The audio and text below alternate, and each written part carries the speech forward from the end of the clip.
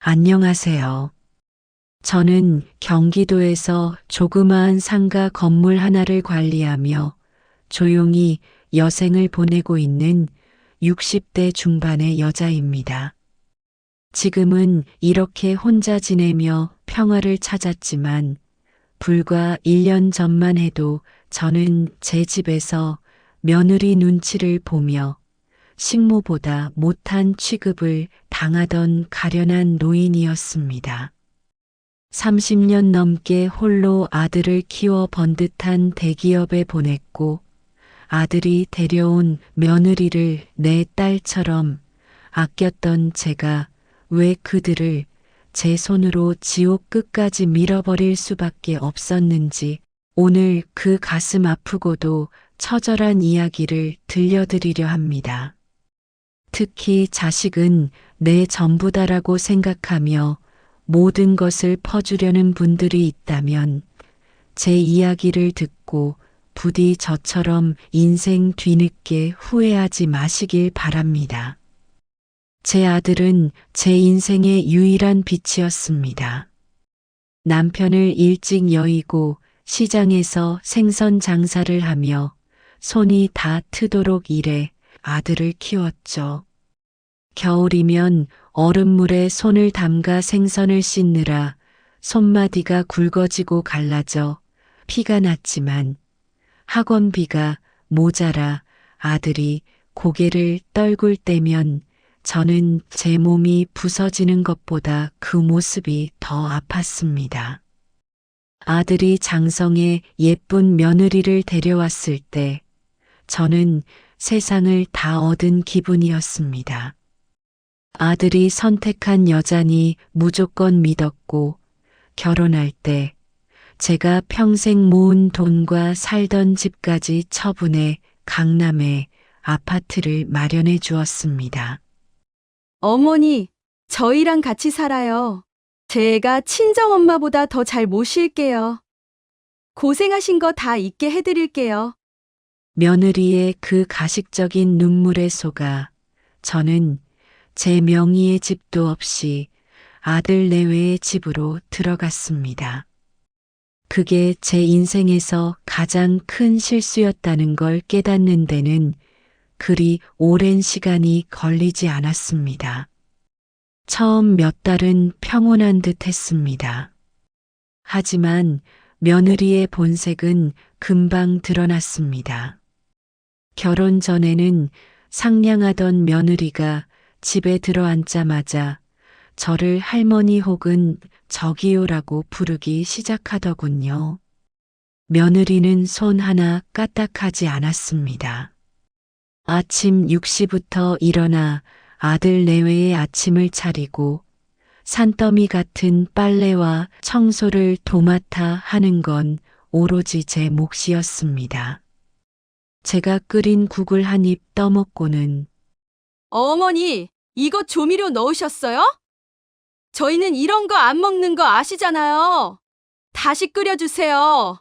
라며 싱크대에 쏟아버릴 때 제 가슴도 함께 쏟아지는 것 같았습니다. 며느리는 거실 소파에 누워 TV를 보며 제가 차린 밥상을 품평했습니다. 어머니, 요즘 애들은 이런 거 안 먹는데 센스가 없으시네. 생선 장사 오래 하셔서 그런지 음식에서 비린내가 나는 것 같기도 하고요.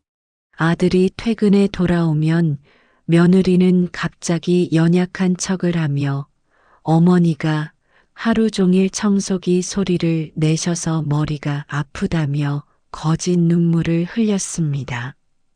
그러면 제 아들은 사실 확인도 안 하고 제 방으로 쳐들어와 소리를 질렀습니다. 엄마, 왜 자꾸 애를 괴롭혀? 하루 종일 집에서 쉬면서 청소 하나 조용히 못해?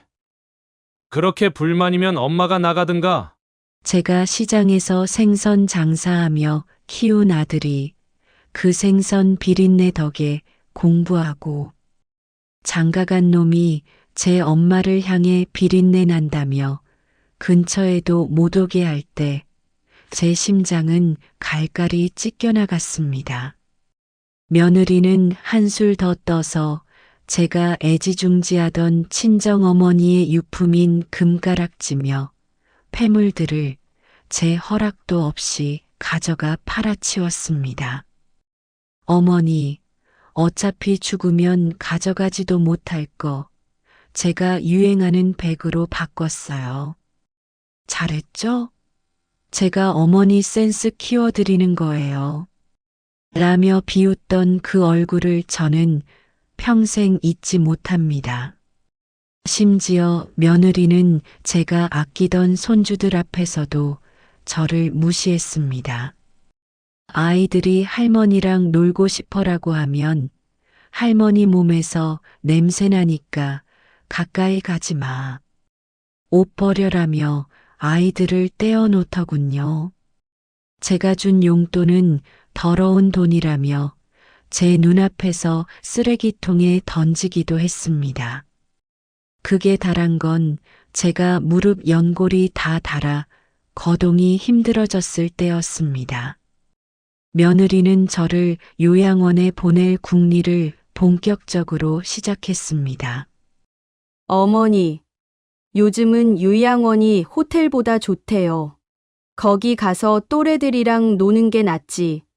여기서 눈치 보며 사는 게 뭐가 좋아요?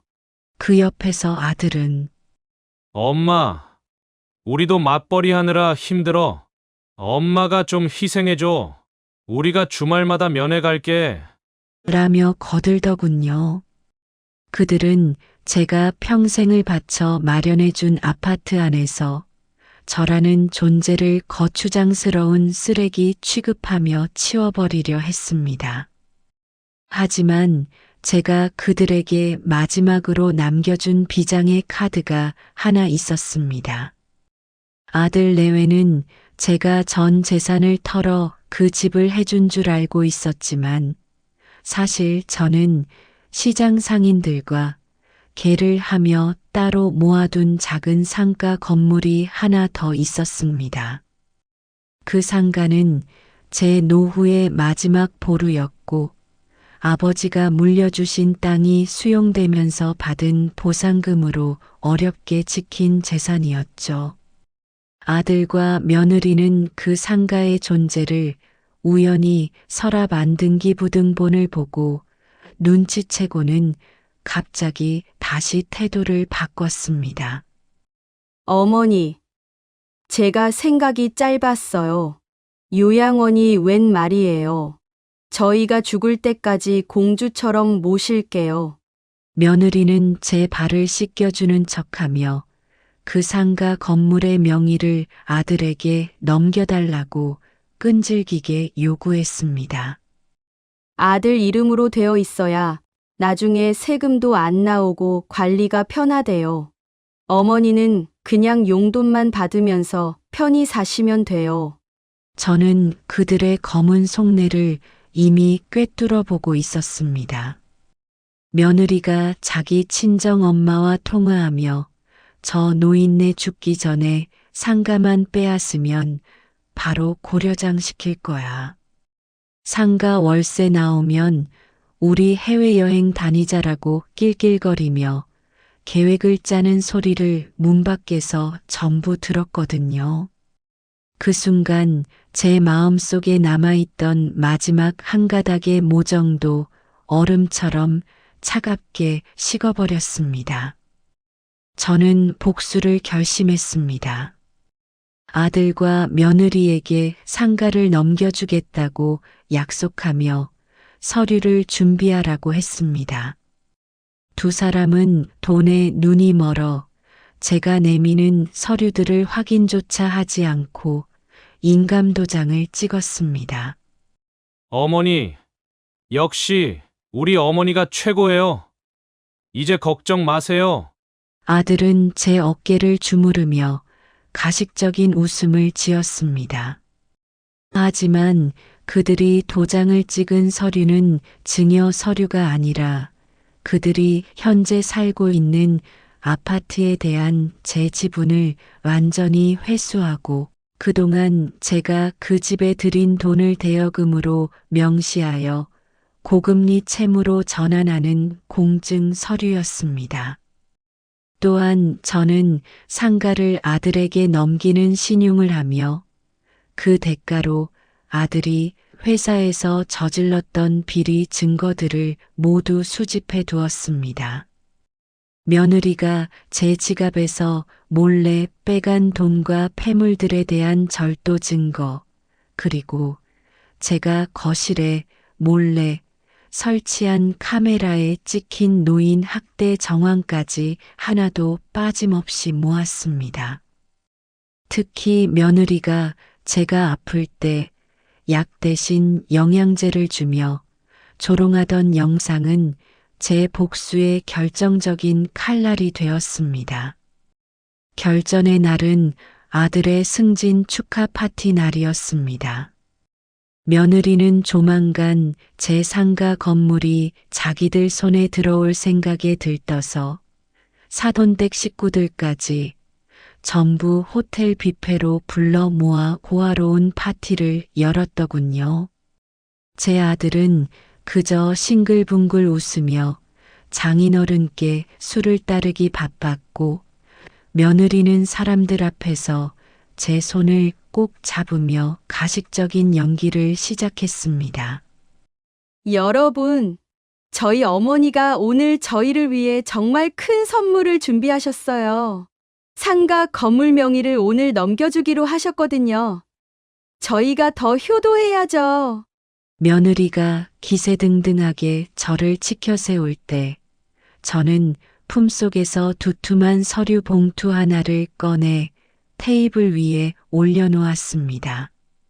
사돈 식구들이 역시 사부인 통이 크시다며 박수를 칠 때 저는 봉투 안에서 등기권 리증 대신 부동산 압류 통지서와 절도 및 학대 고소장을 꺼내 며느리 코앞에 던졌습니다.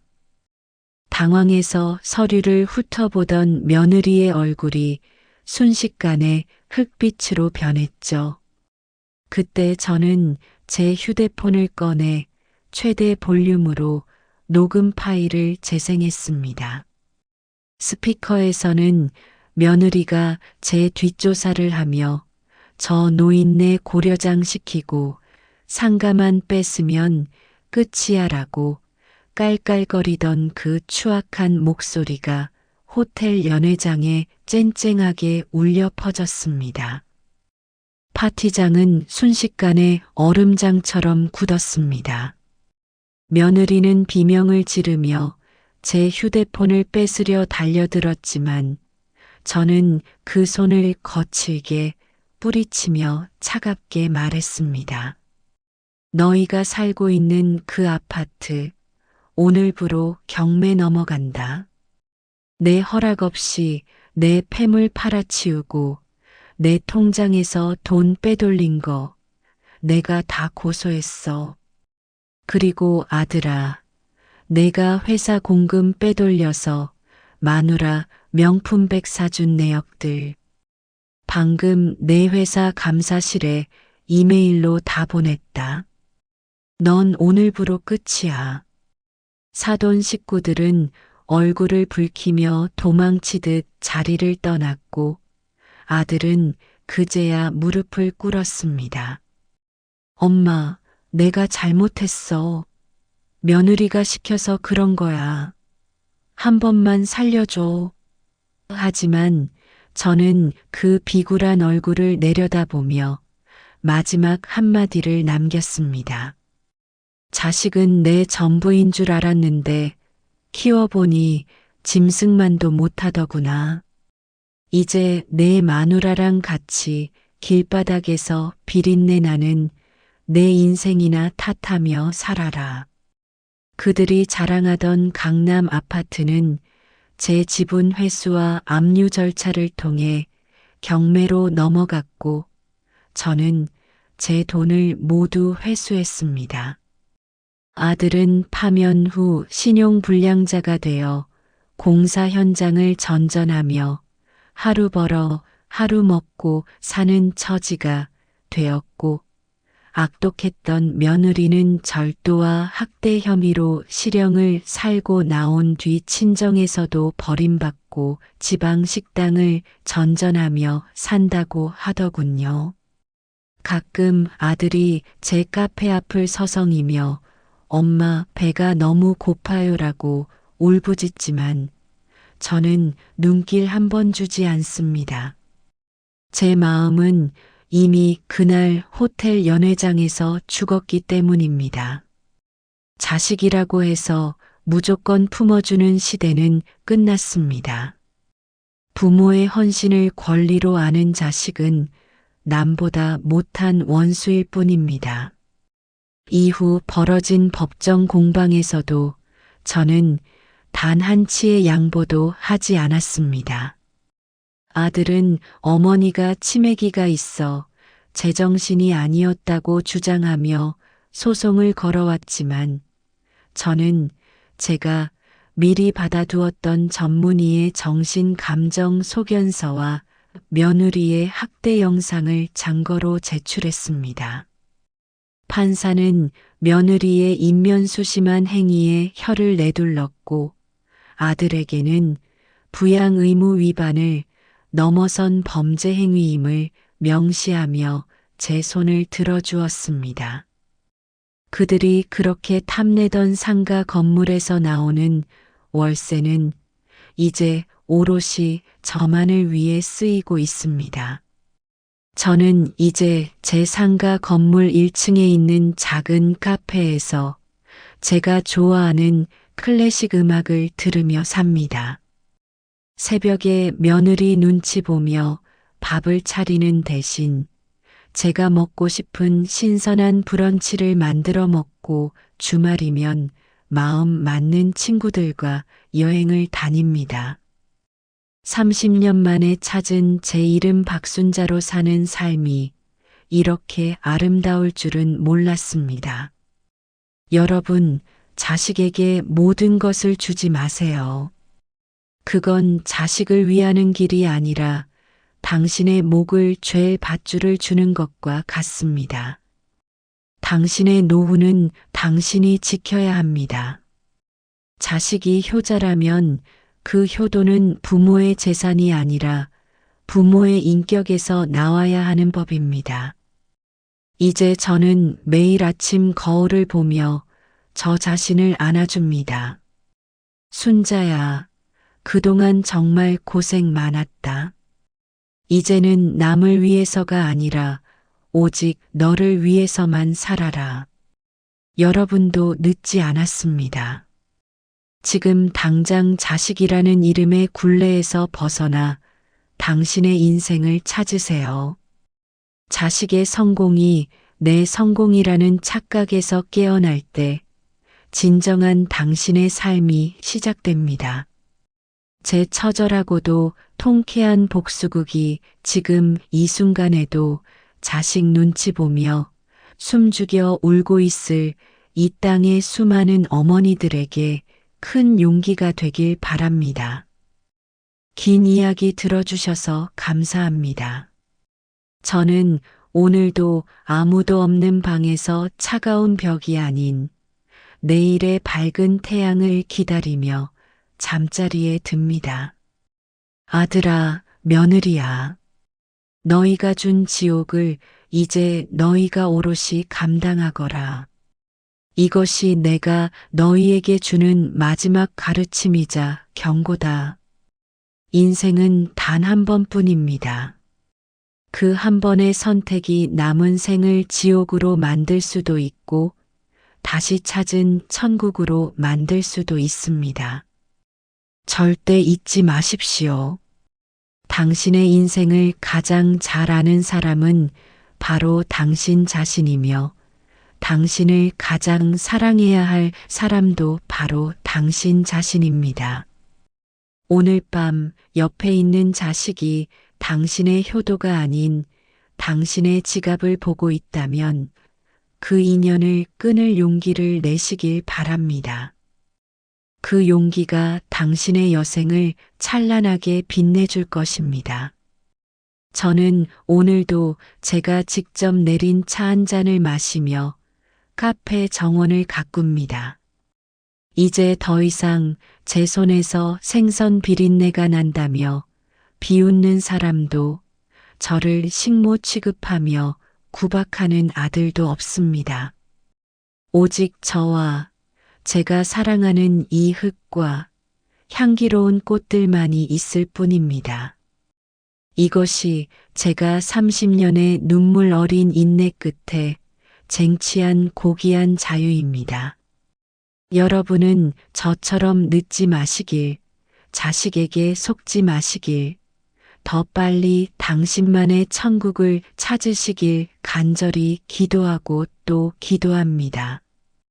여러분의 인생도 꽃처럼 활짝 피어나길 응원하겠습니다. 안녕히 계십시오.